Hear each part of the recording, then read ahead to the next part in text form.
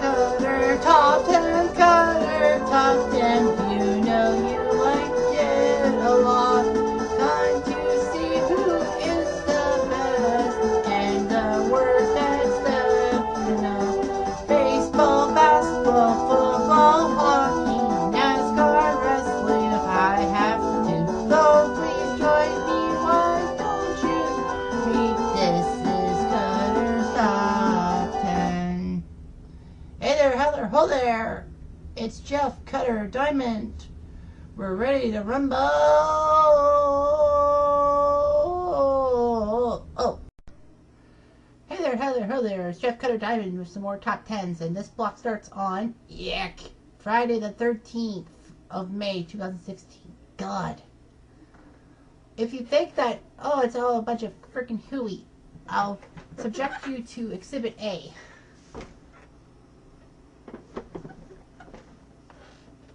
This, my big toe. See the left side? How weird the left side of the toe is? Like right here. It hurts like hell because I banged that side of the toe not once, not twice, but thrice today. So tell my big toe that Friday the 13th doesn't exist. Anyway. So, in the news, Raptors are going for their playoff series win over the Miami Heat.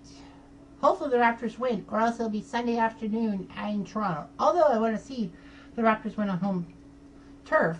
I mean, it doesn't matter what happens. As long as they can get to Cleveland and make a run for their money, it'll be good. So, what else is there? Oh yeah, the Final Four in hockey's been set.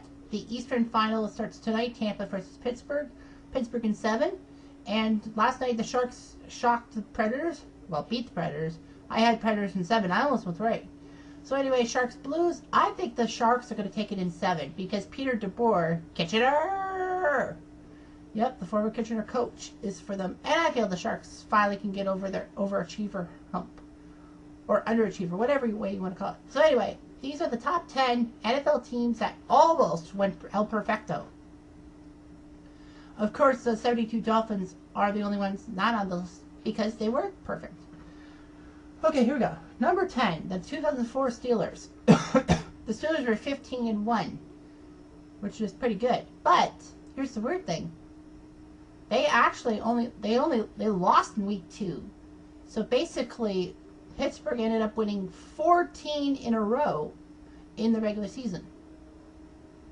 When they found a rookie by the name of Ben Roethlisberger from Miami of Ohio University, they tore their opponents. The Ravens were the only team to beat the Steelers that year. They knocked off the Eagles, who were undefeated themselves, and snapped the Eagles' 21-game winning streak. That included, of course, Super Bowl 28? Or is it 38? 38, sir. With the road to the Super Bowl going through Steeltown, they said that Jerome Bettis was going to go through retirement with a title.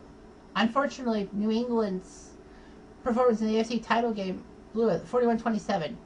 But the good news for the Bus is that he came back the next year, and Pittsburgh did win the Super Bowl by winning 3 road playoff games as a 6th seed. Wow. Number 9, the 1990 New York Giants. New York Giants were 10-0, but suffered 3 losses to the Eagles, the Niners, and the Bills, all considered pretty good teams at that season. Of course, the Eagles were the only one of the 3 teams that the Giants didn't get their ultimate revenge on. Well, they did. Yeah, that's right.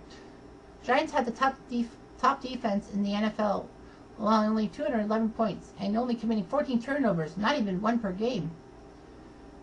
They would go on to go to the NFC title game in San Francisco against the 2-time defending champion Niners and beat them 15-13 without a touchdown. All 5 field goals were by Matt Barr, who was pretty good himself. And then they beat the Bills' offense in the Super Bowl because, well, even though the Bills steamrolled the Raiders 51-3 in the AFC title game, Bill Parcells found a way to slow things down.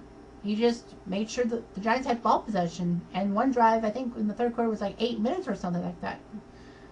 Phil Simms wasn't even the quarterback. He broke his foot in week 15, and Jeff Hostetler decided to step in the reins.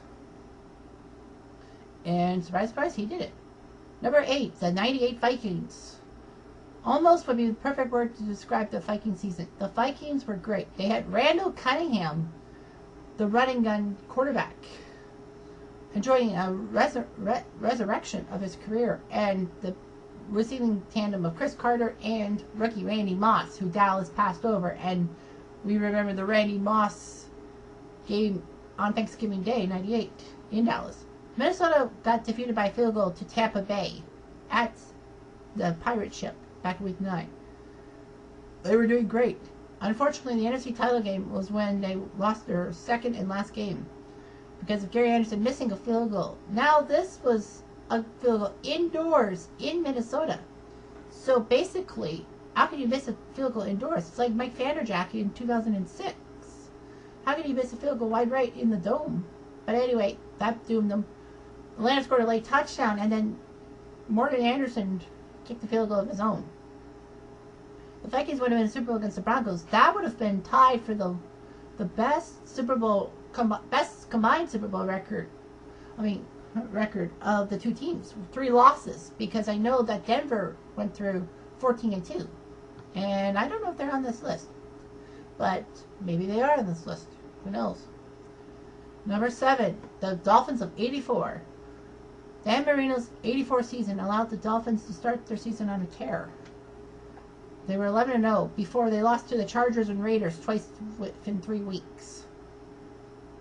I mean, they were kind of middle-of-the-road teams, Chargers and Raiders, at that time.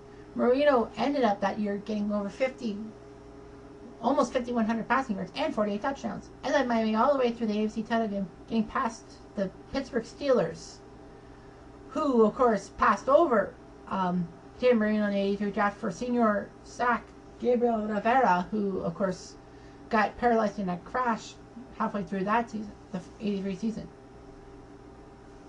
The San Francisco 49ers would end their super campaign by winning kind of at home at Stanford Stadium. Number 6, the 2005 Colts. Starting strong never is a problem for Peyton Manning's Colts. In 2005, it was amazing. The Colts were 13-0. They lost to the San Diego Chargers in week 15, thanks to a Michael Turner 83-yard touchdown run. The Colts would actually lose another game late in the season, but because they were dressing their starters for the playoffs. The Colts had home field against the Pittsburgh Steelers, who went to Cincinnati and beat them, thankfully. And Pittsburgh, despite missed calls, the tackle, as it's called in Pittsburgh now, because Ben Roethlisberger getting the ankle of Nick Harper before Harper would return a fumble for a touchdown.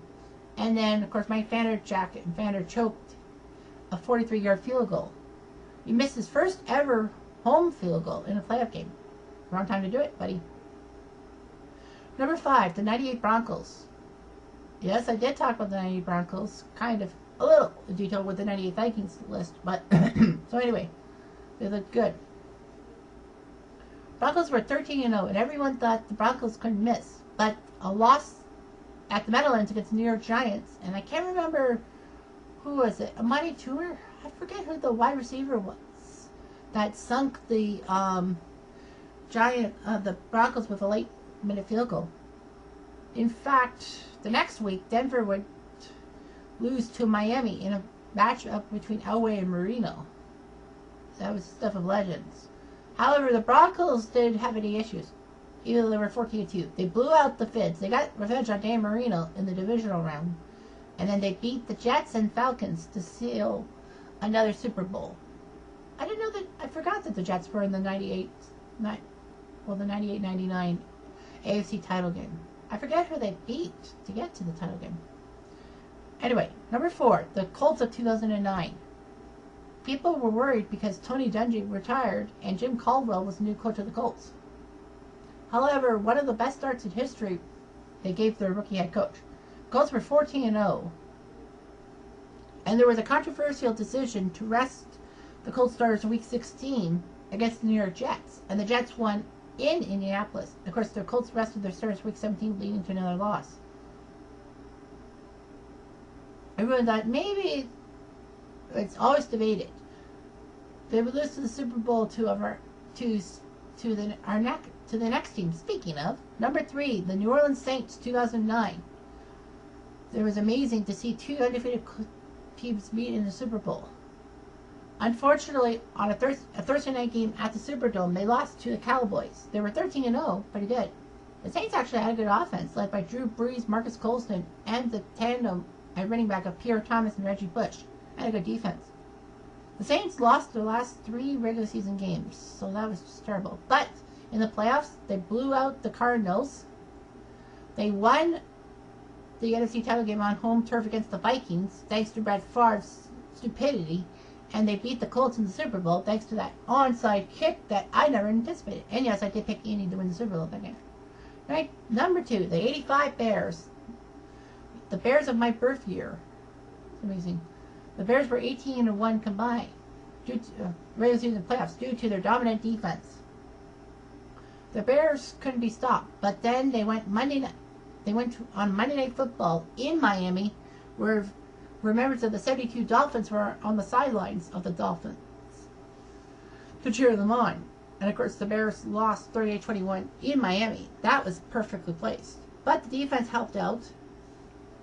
They shut out 2 opponents in the NFC playoffs, the Bears and the Rams. I mean, the Giants and the Rams, especially the Giants with Sean Landeta's punt sailing backwards in the wind and Sean Gale picking up for a touchdown, and then Rams on former Winnipeg Blue Bomber and CFL MVP Dieter Brock. But anyway, they demolished the Patriots in the Super Bowl, but I was not a Patriots fan at that time. Obviously, I was only 1 year old. Speaking of the Patriots, who else would be number 1? The 2007 Patriots should have had it. They were 16-0. I remember blowing off a family event just to watch the Patriots-Giants game of the final week 17. In New England. I think it was in New England. I can't remember.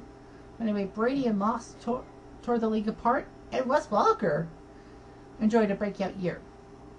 The defense was pretty good. Ronnie Harrison, Junior Seau, Teddy Bruschi, Vince Wilfork, even Asante Samuel.